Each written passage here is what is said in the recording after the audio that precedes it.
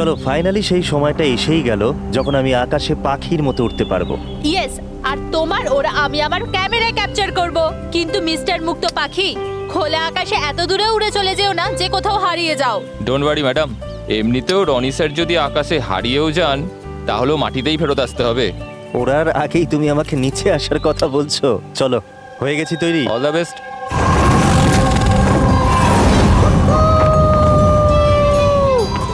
Yes, this is so much fun! Oh my god! Yes, come on, keep going, keep going. Yeah, I love you! Roni, I love you too. Wow, মনে হচ্ছে না ভালোই experience আছে। Of course, আমেরিকাতে ও অনেক adventure sports try করেছে, bungee jumping, paragliding, আরো অনেক। ইন্ডিয়াতে কোনো কিছু ট্রাই করেনি, আর যখন ইন্ডিয়াতে এসেছেই সারাদিনের জন্য, তো কেন কিছু ট্রাই করবে না?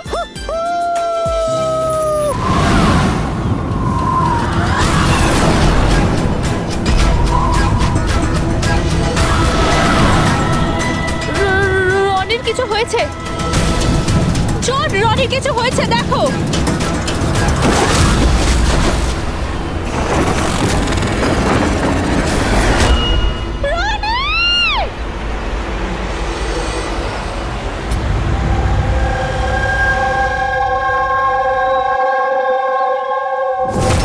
আমি আর রনি এখানে ছুটি কাটাতে এসেছিলাম। আমি কি করে জানবো এটাই রনির জীবনের শেষ দিন হবে? দেখো, আমরা জানি এই সময়টা খুব কঠিন, কিন্তু প্লিজ ভেঙে পড়ো না। আমি এবার নিউ ইয়র্কে গিয়ে ওর বাবাকে কি জবাব দেবো? আমরা একসাথে এসেছিলাম, কিন্তু ফিরে যাব একা। আপনি কাউকে সন্দেহ করেন কে মারতে পারে রনিকে? স্যার, রনিকে কেউ কেন মারবে? আমরা তো এখানে কাউকে চিনিও না।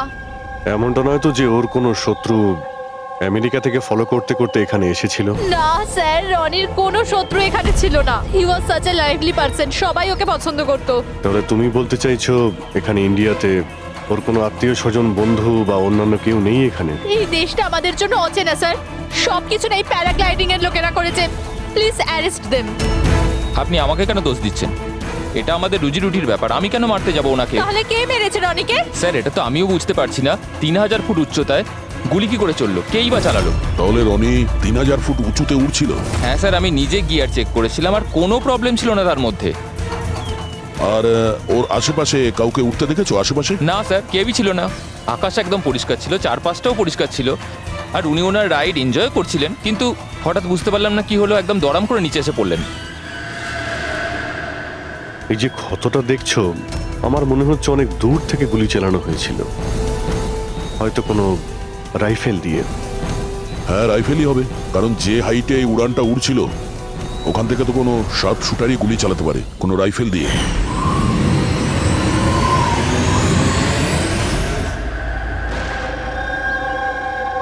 এখানে আশেপাশে কাউকে বন্দুক বা রাইফেল নিয়ে দেখেছিলে কাউকে? এখানে বন্দুক আনা অ্যালাউ নয় স্যার। আপনি আসল বন্দুকের কথা বলছেন স্যার? পুজোর ক্যাপ বন্দুক ফাটানোরও অনুমতি নেই। আপনারা কাউকে দেখেছেন এখানে? না ম্যাম, না তো। না না ম্যাম। আচ্ছা আলিয়া, আপনি যখন এখানে এলেন রনির সাথে, আপনার কাউকে সন্দেহ হয়েছিল? মানে কেউ আপনাদের ফলো করছে, এমন কোনো লোক যে গন্ডগোলের মনে হচ্ছে? না স্যার, এরকম তো কেউ ছিল না। তাহলে কি গুলি আকাশ থেকে চলেছিল নাকি? স্যার, আমি তো বললাম রনি স্যারের আশপাশে তো কেউই উড়ছিল না, তাহলে আকাশ থেকে গুলি চালালো কে? হ্যাঁ স্যার, আকাশে কেউ ছিল না। আপনি চাইলে এই ফুটেজগুলো চেক করতে পারেন। এখানে কেউ নেই ওর সাথে।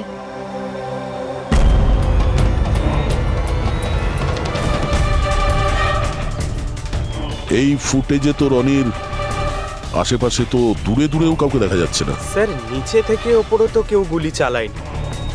ইনি বলছেন যে যখন ও ওপরে উঠছিল কেউ ওর আশেপাশে ছিল না, ওপর থেকেও কেউ গুলি করতে পারবে না। আমার মাথায় এটা ঢুকছে না কে কোথা থেকে গুলি চালালো আর কিভাবে, বুঝতে পারছি না স্যার। অদ্ভুত ব্যাপার তো। ওর কোনো শত্রু নেই, তাহলে ওকে খুন করার জন্য এরকম প্ল্যানিং কে করতে পারে? কেসটা খুব জটিল মনে হচ্ছে। কোনো বাঁকা লোককে এখানে পাঠিয়ে দিই, বাঁকা প্রমাণ, হয়তো সে কিছু পেতে পারে।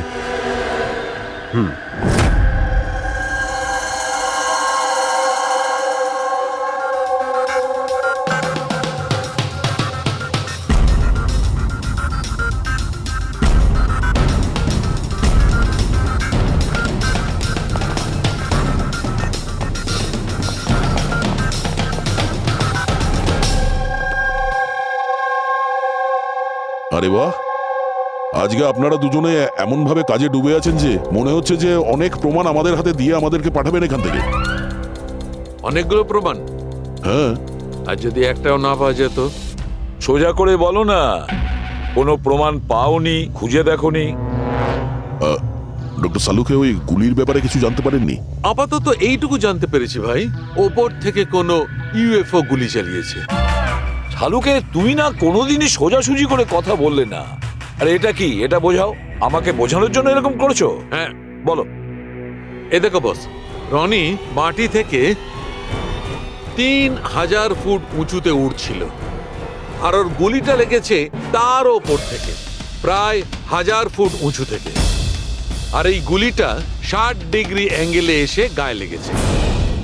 আমার তো ভেবেই কেমন যেন মাথাটা ঘুরছে। আকাশের উপর থেকে কে গুলি চালাতে পারে ওর উপর? এটা কিভাবে সম্ভব? এখনো হয়নি, আরো বাকি আছে বস। এই গুলিটা প্রায় 3 কিলোমিটার দূর থেকে ছোড়া হয়েছে। ভারী অবাক কাণ্ড, তাই না দয়া? 3 কিলোমিটার দূর থেকে গুলি চালানো হয়েছে। 60 ডিগ্রি অ্যাঙ্গেলে রনির গলার ভেতর ঢুকে যায় আড়াআড়ি। তার মানে রাইফেলটা খুব পাওয়ারফুল ছিল মনে হয়। একদম ঠিক বস, রাইফেলটাও পাওয়ারফুল ছিল, আর গুলি যে চালিয়েছে তারও হাতটা পাকা। এত উঁচুতে হাওয়া খুব জোরে প্রবাহিত হয়, আর টেম্পারেচারও কম বেশি হতে থাকে। তবুও লক্ষ্যটা মিস করেনি, একদম নির্ভুল পয়েন্টে গিয়ে লেগেছে। গুলি যে চালিয়েছিল খুব পাকা খেলোয়াড়, ডক্টর, সব শুটার। একদম। আর এইরকম শার্ট শুটার সহজে তো পাওয়া যায় না যে এই কাজটা করে দেবে। কিন্তু স্যার, আমরা সমস্ত ভিডিও দেখেছি। যখন রনি আকাশে ছিল তখন ওর আশেপাশে কোনো প্যারাসুট বা চপার ছিল না স্যার। আকাশ একদম পরিষ্কার ছিল। সেটাই তো বুঝতে পারছি না যে ওই কিলার কোথা থেকে গুলিটা চালিয়েছিল, অথচ আকাশটা পরিষ্কার ছিল। ও কি মেঘের আড়ালে লুকিয়েছিল? আর স্যার ওই গুলিটার থেকে কি জানতে পারলাম? কিচ্ছু পাওয়া যায়নি পুরবি। আমি ব্যালিস্টিক ডিপার্টমেন্টের পুরো ডেটা চেক করেছি, এরকম গুলির তো কোনো রেকর্ডই নেই। স্যার, এই গুলিটা নিশ্চয়ই কাস্টমে বানানো হয়েছে। হ্যাঁ, নিজের মতন গুলিটা বানিয়েছিল। এমন গুলি যেটা 3 কিলোমিটার দূর থেকে চালানো যায় আর সোজা গিয়ে টার্গেটে হিট করে। আর স্যার, এই গুলিটা যখন এত শক্তিশালী, তো এর রাইফেলটাও বেশ স্পেশাল হবে। হ্যাঁ, এক কাজ করা যাক, গুলিটাকে ব্যালিস্টিক ডিপার্টমেন্টে যাচাইয়ের জন্য পাঠাই, দেখি কি রিপোর্ট আসে। আর সে যেই হোক, এত উপরে চলে গিয়েছিল খুন করার জন্যে, এবার ওকে তো মাটিতে নামতেই হবে।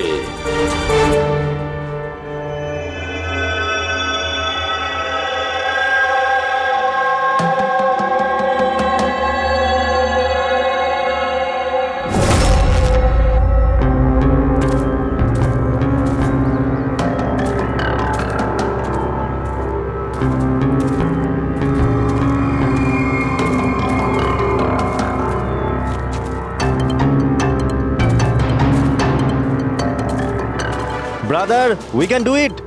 আরে ইয়ার গুরু, আর চলতে পারবো না, খুব হাঁপিয়ে গেছি আমি। ব্যাস নবীন, আর বেশি দূর নয়, 3000 ফিট চড়ে ফেলেছি, পাশেই আছে।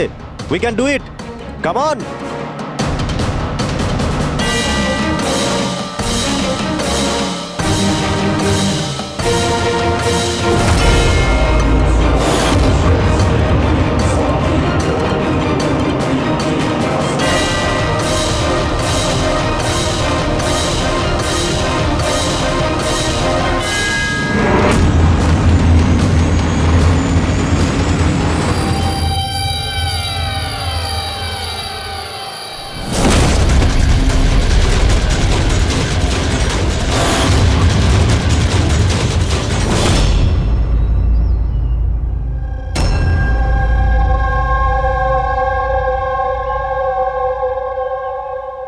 এমন মনে হচ্ছে যে রনির মার্ডারের ফটোকপি দেখছি।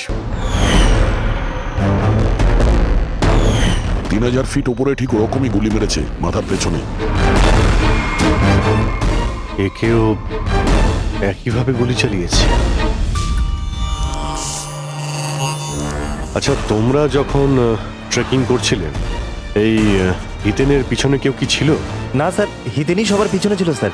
স্যার, এই দেখুন ফুটেজ। স্যার, এটা ওই জায়গায় যেখানে এই সব কিছু হয়েছে। অদ্ভুত তো, পিছনে তো খোলা আকাশ রয়েছে, এমন কোনো জায়গা নেই যেখান থেকে গুলি করা যায়। তাহলে ওর গুলি লাগলো কি করে? দুটো কেসেই ধরা যাচ্ছে না যে গুলি কোথা থেকে চলেছে। স্যার একদম ঠিক বলছেন। আকাশ থেকে কোনো কাক বা পায়রা কি করে গুলি চালায়? এই গুলিটা চালালো কে? আর এই দুটো গুলি 24 ঘন্টার মধ্যেই চলেছে। আমার মনে হয় এই দুটো কেসের মধ্যে কোনো না কোনো কানেকশন আছে। আচ্ছা, এই ইথেন কি কাজ করতো? স্যার কলেজ স্টুডেন্ট ছিল স্যার, মুম্বাই গ্র্যাজুয়েশন করতে এসেছিল স্যার। ট্রেকিং এর অনেক শখ ছিল ওর। অভিজিৎ, বুঝতে পারছি না যে কেউ একজন কলেজ স্টুডেন্টকে মারার জন্য এত প্ল্যান করবে কেন। সেটাই তো, প্রথমে রনি আর এখনই হিতেন। তবে আকাশ থেকে তৃতীয় গুলিতে অন্য কেউ মারা যাওয়ার আগে এই খুনিকে ধরতেই হবে খুব তাড়াতাড়ি। গত 24 ঘন্টায় দুটো খুন হয়েছে, দুটোই যুবক, আর দুজনকে মারার পদ্ধতিও অদ্ভুত। অদৃশ্য খুনি। স্যার দুজনেরই মৃত্যু হয়েছে অ্যাডভেঞ্চার স্পোর্টস করতে গিয়ে। মাটি থেকে 1000 ফুট ওপরে মেরেছে স্যার। কিন্তু স্যার ভাবার বিষয় এটাই যে খুনি এই অ্যাডভেঞ্চার স্পোর্টের সময়টাই কেন বাঁচলো এদেরকে মারার জন্য? ও তো ওদের যে কোনো সময় মারতে পারতো। এত লম্বা প্ল্যান দুটো বাচ্চাকে মারার জন্য?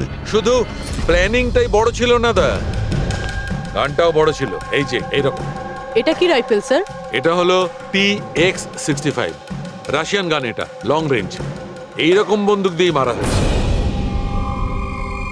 ডক্টর সালুকে, এই বন্দুকটা দিয়ে 3 কিলোমিটার দূরে টার্গেটে কি হিট করা যায়? হ্যাঁ ফ্রেডি, শুটিং রেঞ্জে আমি এটা ট্রাই করে দেখেছি। এর রেঞ্জ 3 কিলোমিটারের বেশি আছে। এরকম বন্দুক তো হয় মিলিটারিদের কাছে থাকবে, আর না হলে উগ্রপন্থীদের কাছে। ঠিক বলেছো বস। আর সেই জন্য আমার মনে হয় এটা শুধুমাত্র মার্ডারের ব্যাপার নয়, বড় ধরনের অপরাধ হতে চলেছে, লার্জ স্কেলে। স্যার, একটা কাজ করো, দিল্লিতে যাও আর ইন্টেলিজেন্স ব্যুরো থেকে খোঁজ নাও যে এরকম বন্দুক কাদের হাতে থাকতে পারে আর সেটা কিভাবে।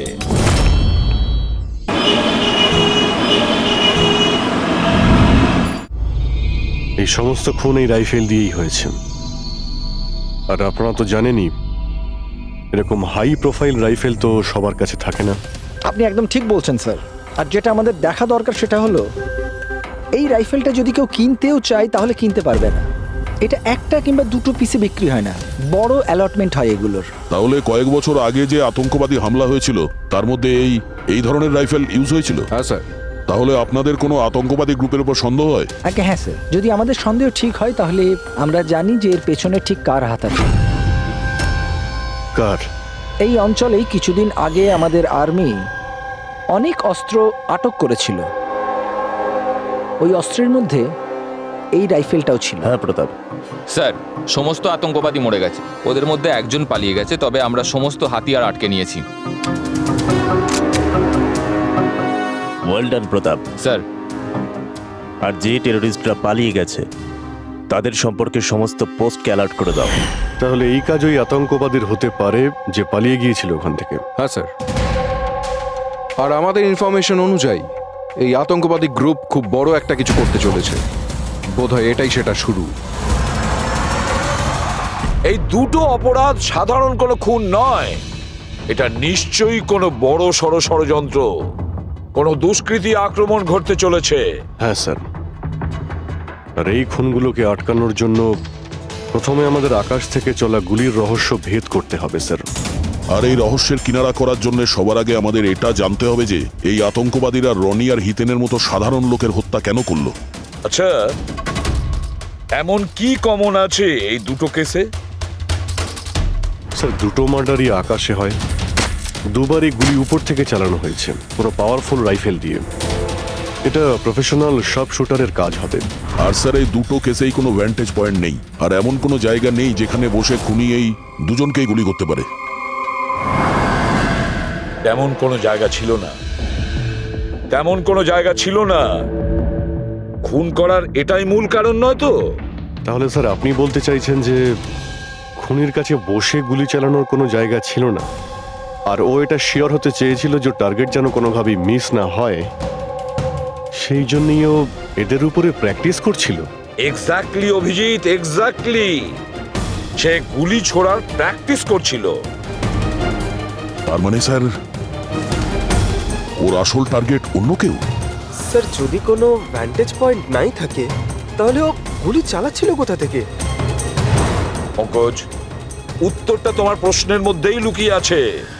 আচ্ছা এটা বলো, আমরা মানুষ ডানা ছাড়া আকাশে কিভাবে ওড়ে? স্যার এরোপ্লেন বা হেলিকপ্টারের মাধ্যমে। ব্যাস, তুমি তোমার উত্তর পেয়ে গেছো। কিন্তু স্যার ওখানে ওই ক্রাইম সিনে আকাশের ওপর কোনো চপার তো ছিলই না স্যার, না কোনো কেবল কার ছিল ওখানে। তাহলে অন্য কিছু থাকবে, অন্য কিছু থাকতে পারে। অভিজিৎ, ম্যাপটা বের করো, ওই এলাকার চারপাশটা ভালো করে দেখো, দেখো এমন কিছু পাওয়া যায় কিনা। এমন কিছু আছে নাকি যেখান থেকে মানুষ হাওয়ায় উঠতে পারে? জঙ্গল আছে, আর হ্যাঁ, দুটো হট এয়ার বালুন রেঞ্জও রয়েছে। একটু দেখো তো, যেখানে খুন হয়েছিল সেখান থেকে এটা কতটা দূরে? স্যার এই দুটো 60 কিলোমিটার রেডিয়াসের মধ্যে। তাহলে একটা কথা তো কনফার্ম, খুনি ওখানে হট এয়ার বেলুনে বসেছিল আর সেখান থেকেই ও গুলি চালিয়েছিল 3 কিলোমিটার দূর থেকে। স্যার কেউ যদি হট এয়ার বেলুনে চড়তে চায় তাহলে আগে থেকে বুকিং করতে হয়, এমনি কেউ যেতে পারে না। কোনো ব্যাপার না, তোমরা ওই হট এয়ার বেলুনের অফিসে গিয়ে খোঁজ নাও যে এমন কোন টুরিস্ট ছিল যে ওই দুটো দিনে ওই দুটো হট এয়ার বেলুনে ঘুরেছিল। এটা টোটাল 12 জনের লিস্ট আছে যারা সেদিন হট এয়ার বেলুনে বসেছিল। কিছুজন একা বসেছিল, কিছুজন গ্রুপ বানিয়ে বসেছিল। তোমার কি মনে আছে এদের মধ্যে কতজনের কাছে কোনো জিনিস বা ব্যাগ ছিল? বা কোনো সন্দেহজনক কাউকে দেখেছো? না, বদমাস তো কাউকে লাগছিল না, কিন্তু একজন বয়স্ক আন্টি ছিলেন, পিঠে একটা ব্যাকপ্যাক ছিল আর চোখে চশমা আর মাথায় টুপি পরেছিলেন। হ্যাঁ, আমরাও অবাক ছিলাম যে এই বয়সে এই সব ট্রাভেলিং এর ইচ্ছা। আর যখন ফটো তোলা হচ্ছিল উনি লজ্জা পাচ্ছিলেন আর নিজের মুখ লুকোচ্ছিলেন। রবি, এই বয়স্ক আন্টি শার্ট শুটের শুনে একটু অদ্ভুত লাগছে না? হ্যাঁ স্যার, আমি এখানে পাইলট। 25শে ফেব্রুয়ারি স্যার সব মিলিয়ে আমি 6 জনকে এয়ার বেলুনে চাপিয়েছি স্যার, আর 2 জনকে দিনের স্যার। আচ্ছা, তাদের মধ্যে কেউ মানে গন্ডগোলের লোক মনে হয়েছিল, কিংবা যার কাছে কোনো জিনিসপত্র ছিল? স্যার এরকম তো কেউ ছিল না। হ্যাঁ, একজন বয়স্ক মানুষ ছিল, জানি না কারো বারবার চিৎকার করছিল। হয়তো ওর মুড খারাপ ছিল বা খিটখিটে ধরনের ছিল। ওনার হাতে কোনো কিছু ছিল? জিনিস তো ছিল না। হ্যাঁ, একটা লাঠি নিয়ে হাঁটছিল। লাঠি নিয়ে হাঁটছিল? হেই, তোমাদের সাহস কি করে হলো আমার ছবি নেওয়ার, আমাকে জিজ্ঞেস না করে? কিছু ভদ্রতা আছে না নেই? ওরাও ওগুলো ওরাও। আচ্ছা, ফটো তোলার জন্য রেগে গেছিল? কি অদ্ভুত ব্যাপার, তাই না স্যার? লোক হট এয়ার বেলুনে তো প্রতিদিন বসে না, তাই না? তারা নিজেরাই ফটো তুলতে চায় যাতে এই স্মৃতিকে তারা সারা জীবন রাখতে পারে। আর কোনো বিশেষ কথা মনে আছে ওর ব্যাপারে? স্যার জানি না বলাটা ঠিক হবে কিনা। না না, বলো, যেটা মনে আছে খুলে বলো। ওনাকে হাঁটতে দেখে মনে হচ্ছিল না যে ওনার লাঠির প্রয়োজন আছে, কিন্তু তাও উনি লাঠি নিয়েই চলছিলেন। আচ্ছা,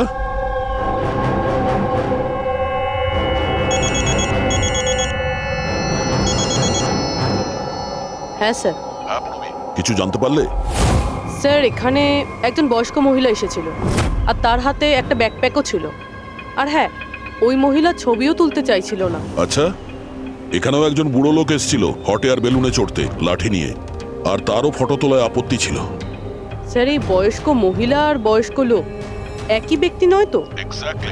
ওই শার্প শুটার, ওর ব্যাগে আর ওর লাঠিতে ওই রাইফেলটা ছিল যা দিয়ে খুন করেছে।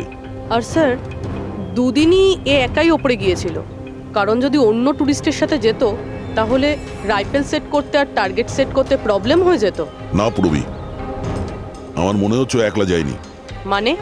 মানে ওই হট এয়ার বেলুন চালানো আর সঙ্গে এই রাইফেলটা চালানো দুটো কাজ একসঙ্গে করা মুশকিল। ওই হট এয়ার বেলুনের পাইলটও ছিল সঙ্গে। মানে স্যার এই অপরাধে পাইলটও যুক্ত? একটা কাজ করো, ওই পাইলটটাকে ধরো তাড়াতাড়ি।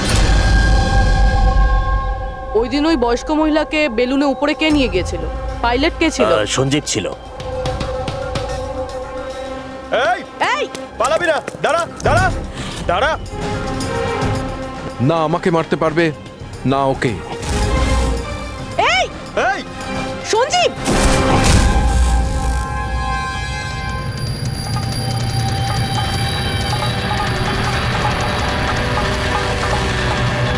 আরে তো প্রাণ দেওয়ার জন্য একদম তৈরি ছিল। এটা কোনো ছোটখাটো মার্ডার নয় পঙ্কজ, অনেক বড় মিশন। যদি তাড়াতাড়ি আটকানো না যায় তাহলে বড় সড়ো বিপদ হবে। আচ্ছা গীতা, 24শে ফেব্রুয়ারি যে লোকটা গ্রুপে যেতে চাইছিল না, একলা যেতে চাইছিল, ওর পাইলট কে ছিল? কে নিয়ে গেছিল? সোলো ট্রাভেলারকে তো দিনেশ নিয়ে গিয়েছিল। অদ্ভুত ব্যাপার দিনেশ, এতক্ষণ ধরে চুপ করে আছো, কিছু বলছো না কেন? তোমরা আমাকে ধরতেই পারবে না। এই,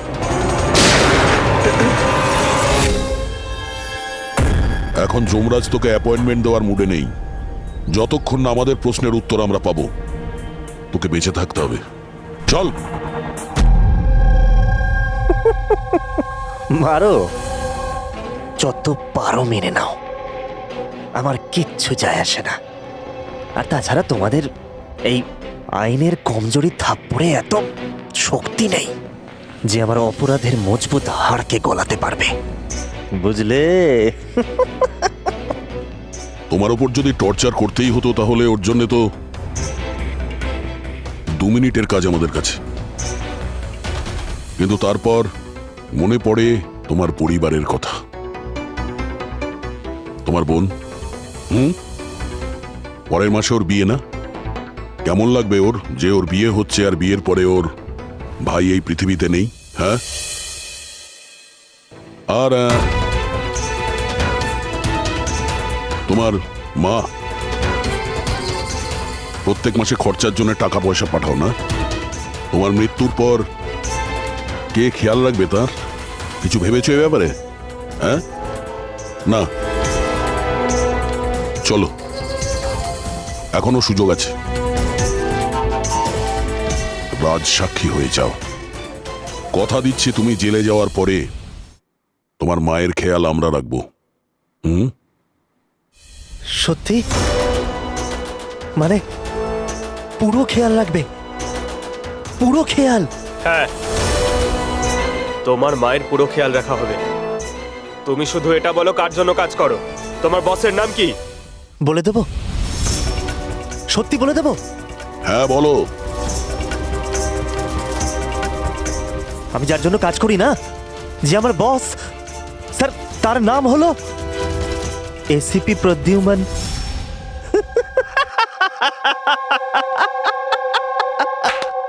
এসিপি প্রদ্যুম্ন, যাও ধরে নাও আর গ্রেফতার করে নাও তাকে। বলেছিলাম না আমি কিচ্ছু বলবো না, যা করার আছে করে নাও। সিআইডি কোথাকার।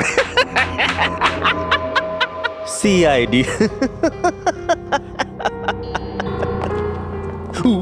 বস বস।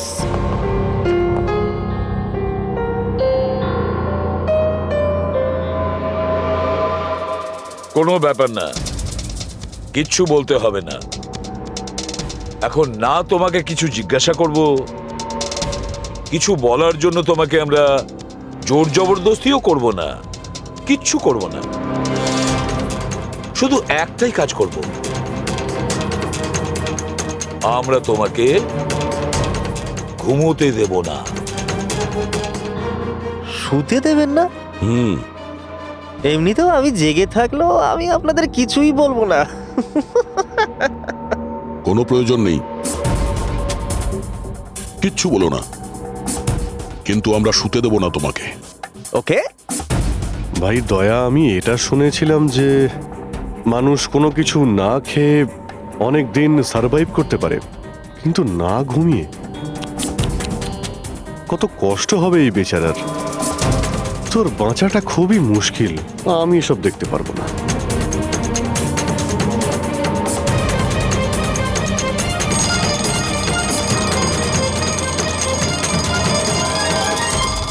সময় কাটানোর জন্য খুব ভালো হবে, তাই না? তোর জীবনের শেষ মুহূর্তগুলো তুই এই কাঁটার সঙ্গে গুনতে থাকবি, ঠিক আছে? Thank you. ওকে ঘুমোতে দিও না।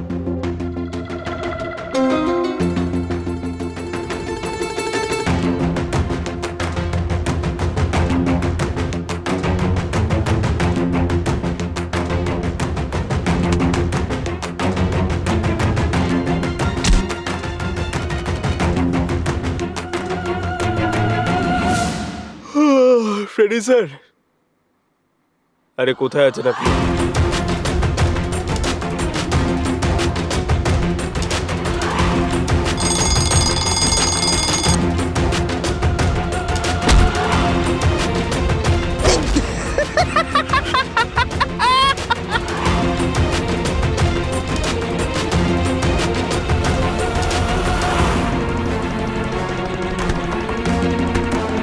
যতক্ষণ না মুখ খুলবি চোখের পাতা এক করবি না, বুঝলি? 5 মিনিটের জন্য নয়। চল। না, 1 মিনিট 1 মিনিট তো শুতে দাও। 1 সেকেন্ড, শোবো না একদম, শোবো না একদম। এই, শোবো না আমি।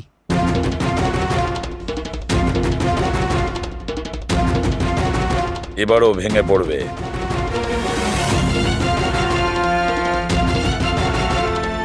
সব কিছু বলতে বাধ্য হবে।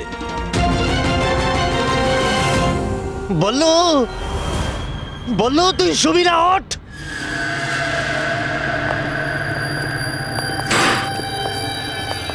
এই ঘুমোতে চাস? আরে ওকে একটু ঘুমোতে দাও। কি প্রবলেম তোমাদের? ঠিক আছে, তোমাকে ঘুমোতে দেবো আমরা। আগে বলো যে তোমাদের গ্রুপের প্ল্যানটা কি? এই, বলছি, আমার নাম দীনেশ নয়,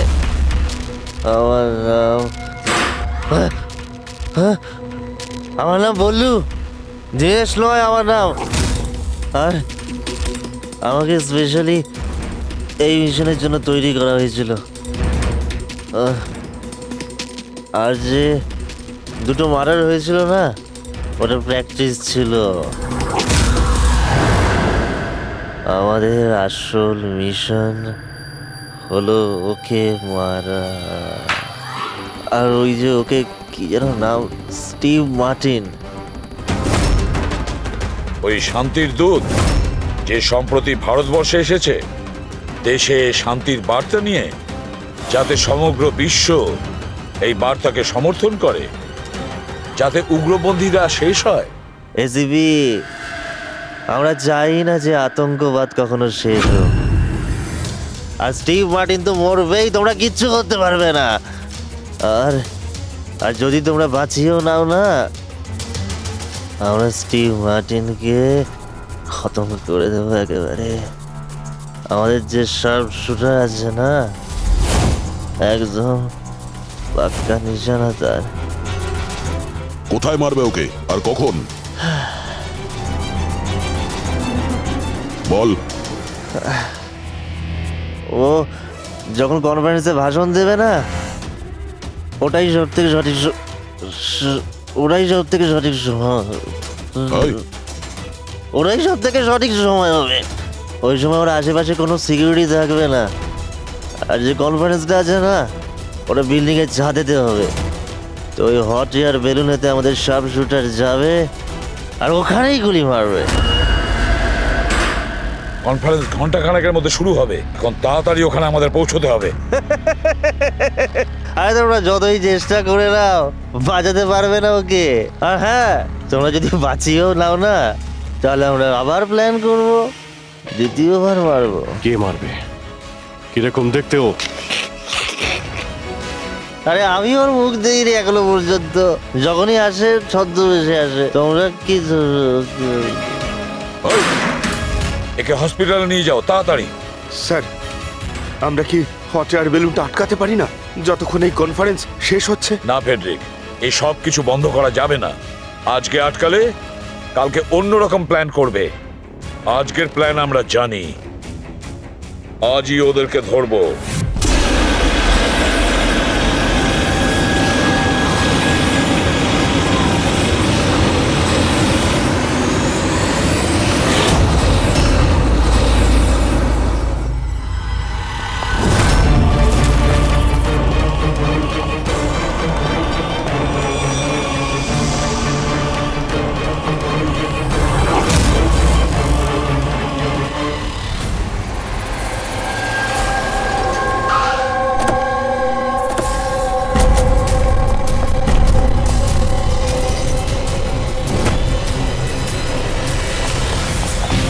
সিআইটি। মিস্টার স্টিভ মার্টিন কোথায়? ওপরে কনফারেন্স রুমে। ওর কাছে নিয়ে চলুন, আসুন। তাড়াতাড়ি। তাড়াতাড়ি।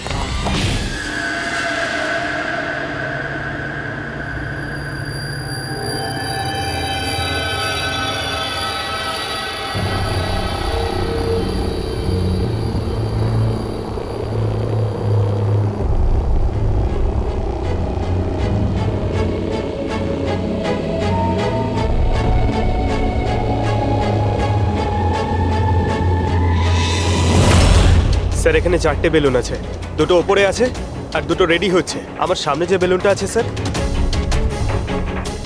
ওতে একটা কাপল আছে আর ওই ছেলেটার কাছে ব্যাকপ্যাক আছে। নজর রাখো ওদের উপরে।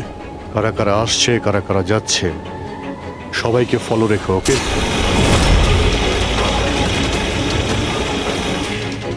স্যার ওদের বেলুন টেক অফ করেছে। হ্যাঁ,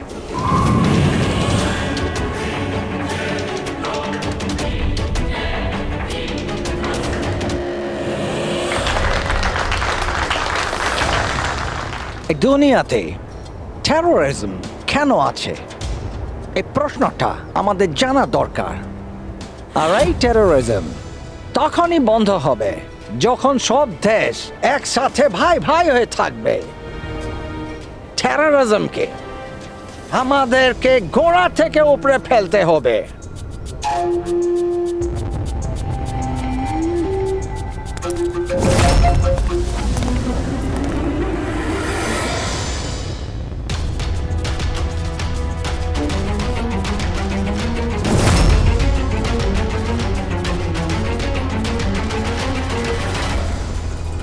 দুজন মিউজিশিয়ানকে দেখছি, ওরার জন্য তৈরি হচ্ছে। ওদের হাতে গিটারের ব্যাগ আছে। এবার এটা বলা খুবই মুশকিল যে ভেতরে গিটার আছে নাকি গান।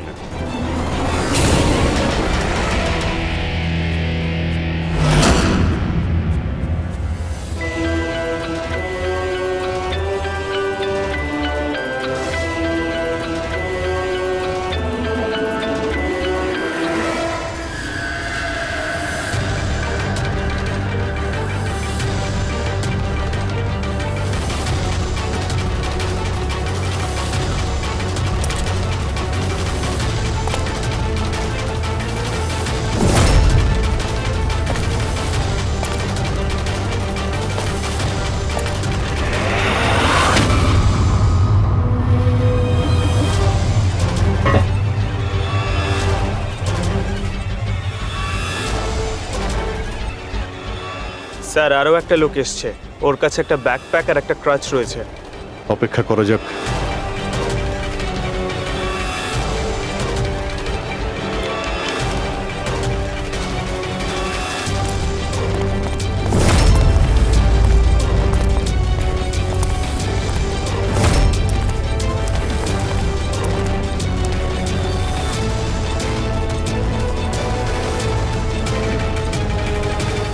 স্যার ক্যামেরা ক্রু এসেছে, ওদের কাছে আবার দুটো ব্যাগ। Camera crew?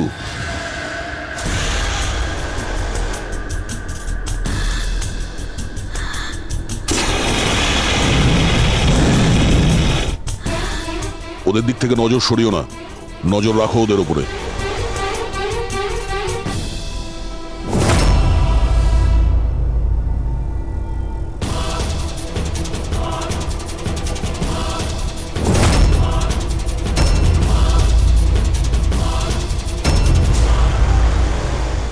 স্যার এখানে তো অনেক বেলুন উঠছে। সুইসাইড বম্বিং কি এটা? কেউ নিজের খুশিতে নিজের প্রাণ কি করে দিতে পারে? জীবন precious. Oh no, We need to respect এতগুলো বলুন, others. আর সব এর মধ্যে দেশে আমরা যেটা খুঁজছি এটা সেটা করা কোনটা? উচিত।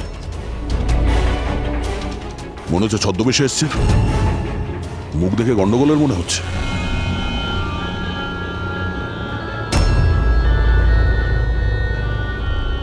দয়া, ওই দুটোর উপর নজর রাখো। আমরা যেন সব সময় একটা কথা মনে রাখি, ওয়ার্ল্ড ওয়ার 1 আর ওয়ার্ল্ড ওয়ার 2। এটা তো গিটার। হচ্ছে কি এখানে? উপরে গিয়ে এরা মিউজিক বাজাবে নাকি? বাকি সমস্ত বেলুন তো চলে গেছে, একটাই আছে। মানে স্যার খুনি এই বেলুনের মধ্যেই রয়েছে? Wait and watch. খুনি এই বেলুনের মধ্যেই রয়েছে? এরা তো নিজেদের জায়গা থেকে নড়ছে না। Camera crew. স্যার এ কোথায় গায়েব হয়ে গেল?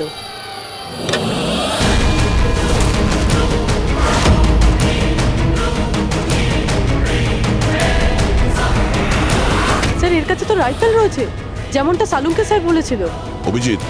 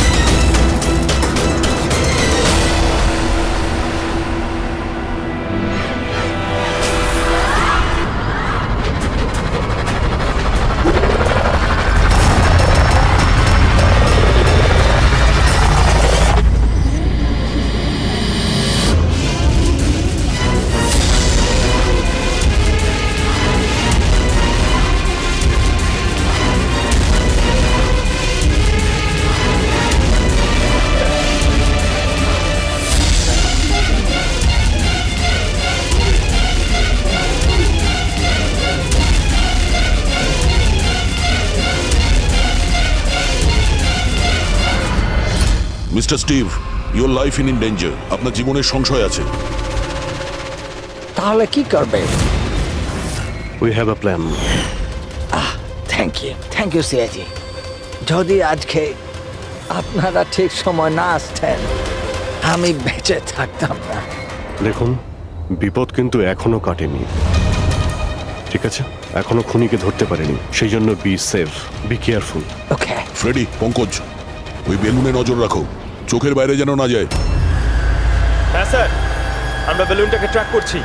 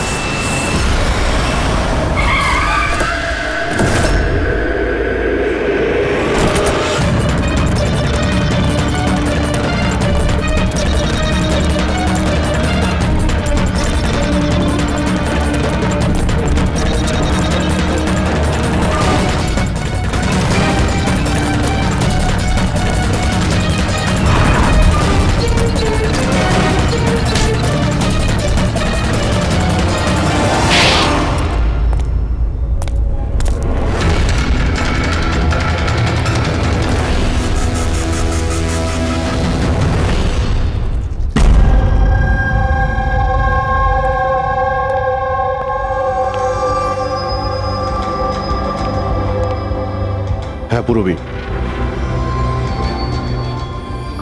Good job, congrats. ওরা ধরা পড়েছে মিস্টার অভিজিৎ? হ্যাঁ, খুনি ধরা পড়ে গেছে। Yes, well done.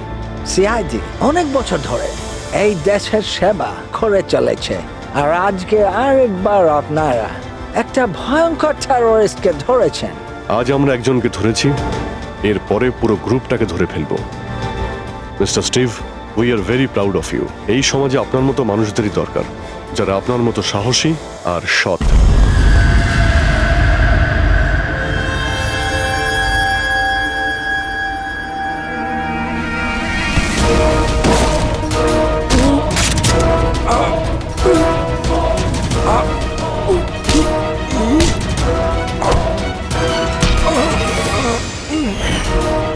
তাহলে তুমি ছদ্মবেশে রনি আর হিতেনকে মেরেছ।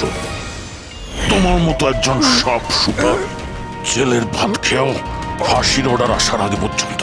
তোমার কি মনে হচ্ছে তোমরা আমাকে ধরে নিয়েছো তো স্টিভ প্রাণে বেঁচে যাবে? কখনো নয়। আমাদের ক্ষমতা এত বেশি যে তোমাদের আইন এটা খুঁজতে খুঁজতে হাঁপিয়ে যাবে, কিন্তু আমরা শেষ হব না। শেষ হবে তোমাদের এই দেশ। শোন ছাড় পোকা, আমাদের দেশের উপর অনেকে খারাপ নজর দিয়েছে, আবার চলেও গেছে। জানিস আমাদের দেশ কত বছর স্বাধীন হয়েছে? ৭৪ বছর। আর এই ৭৪ বছরে আমাদের দেশের জওয়ানরা জানি না কত আতঙ্কবাদীকে মেরেছে। আজ তোর পালা, কাল তোর সঙ্গীদের পালা। আমাদের দেশ থাকবে, খুব ভালোভাবেই থাকবে। আর এই দেশ থেকে যদি কোনো জিনিস চলে যায় সেটা হলো আতঙ্কবাদ, বুঝেছিস? আতঙ্কবাদ।